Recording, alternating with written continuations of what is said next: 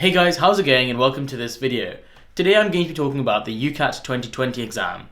I'll be going through why it's important, why you should learn from your mistakes for the UCAT, how you actually use your head to do better in the exam, the transition from soft, relaxed revision to intense revision, and lastly, timing for the exam. For those of you who don't know me, I'm Sen, I'm a fourth year medical student here at Cambridge, and I sat the UCAT a few years ago now. Since then I've been making a variety of educational videos for those of you applying to medicine, but also for those of you who are interested in what I'm doing, a combination of medicine and engineering, hoping to go into surgery along with helping to innovate and produce novel technologies that can be applied in medicine.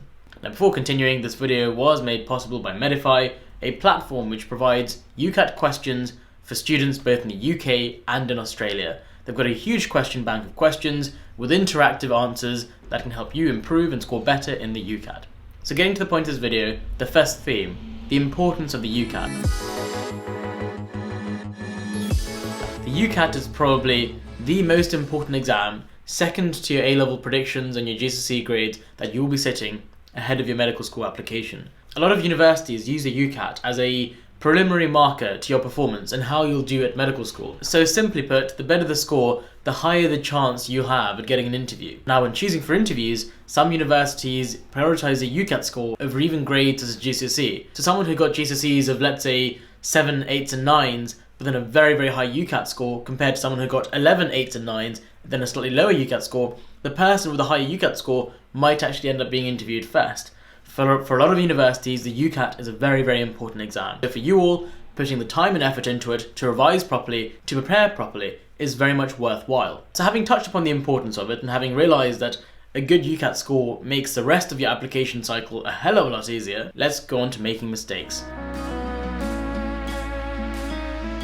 Making mistakes is a natural part of learning, and given that the UCAT is very, very different to other exams such as math and science exams, it's fair enough for us to make a lot of mistakes when first revising. As with all exams, it's very important that we learn very quickly from our mistakes to not repeat them again and again and again. When I revised for the UCAT, I made a mistake in how I actually revised for it.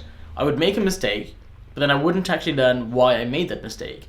Then I'd end up making the same mistake again and again, which meant that during revision, my score was quite low, until I actually realised that every time I make a mistake, it's better for me to take a moment, understand why I made the mistake, process that, and I found very quickly that when I was doing that, my score started going up and up and up. From every question I did, any mistake I made, I learned from it, I learned the rule, I learned the technique, and thus I was improving quickly.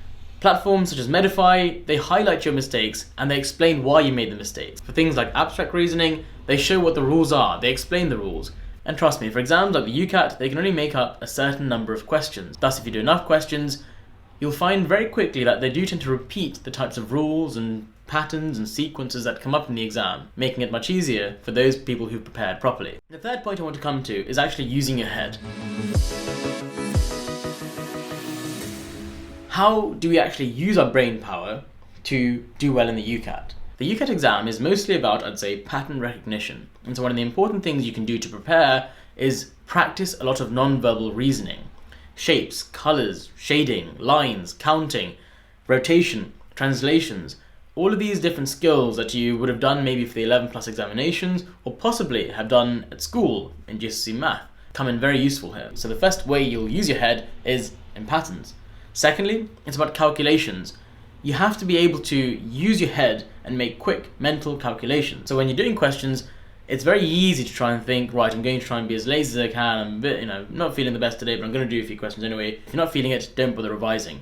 When you're doing questions, make sure you're switched on and your brain is ready to make a few calculations, particularly for quantitative reasoning. Because if you do that, as you see in the Study With Me videos, a lot of the calculations you can actually do in your head. And along with the calculator they give you, the questions actually become very easy. Another way you actually use your head quite a bit is understanding arguments and looking for relevant information. I'm sure all of you have done GCSE English and have realised the importance of being able to skim through text, looking for key facts and figures. Particularly in verbal reasoning, they give you lots of different statements, and you have to find the relevant line within a big paragraph of text. Another way you'll use your head is the ability to concentrate, read a statement, find the key points in the statement, then go through a big piece of text that allows you to work out what the argument being said is. Again, watch my Study With Me video on verbal reasoning, where I show how I do this, and hopefully that'll help you. The last part where you will use your head is for logic. In the decision analysis section, You have to be very much concentrating to understand how different statements relate to each other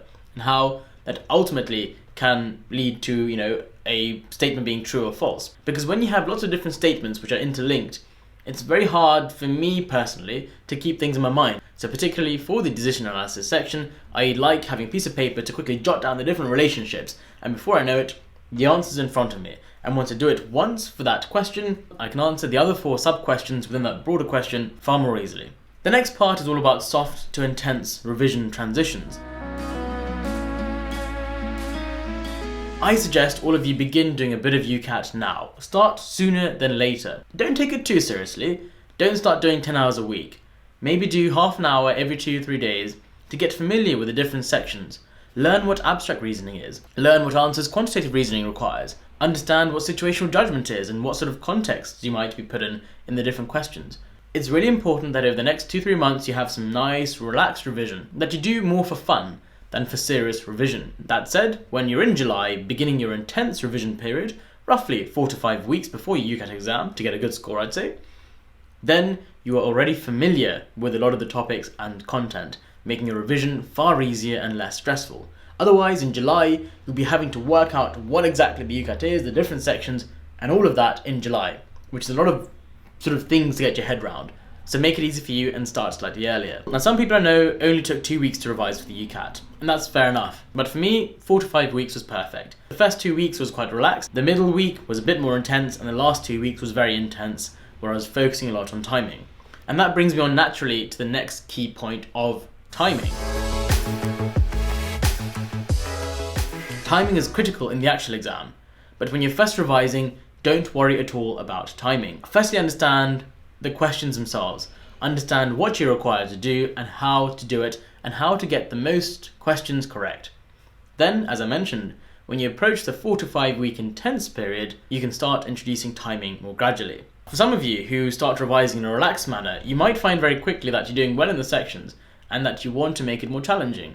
Well, for you in that case, you might want to start timing yourself a bit earlier. And by trying to be faster and faster with the questions, you in a sense make it harder, because you're having to do the same questions in shorter periods of time, which puts pressure on you to avoid silly mistakes, but also to be more focused to ensure that you're reading the right bits of information, both in the question and in the data or paragraphs given to you. So timing is important, but make sure you can get questions correct before you start stressing about timing. Anyway, so I hope this summarizing video has been useful in terms of helping you understand what different parts of the UCAT are important and how you can apply yourself to it. To repeat myself, the UCAT is a very important exam that doing well in can make your life a lot easier. Learn from your mistakes when practicing, ensure you're actually using your head properly when doing the questions, ensure you have a revision plan in place where you have enough time to go from a relaxed state of revision to an intense period of revision.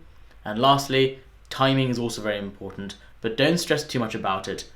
Always make sure you can get the questions correct before fine-tuning your timing abilities in the exam. This video was made possible by Medify, a platform which provides UCAT questions for students both in the UK and in Australia. They've got a huge question bank of questions with interactive answers that can help you improve and score better in the UCAT. Thank you for watching, and if you have any questions, please do ask me in the questions or comments below. Thank you, and take care.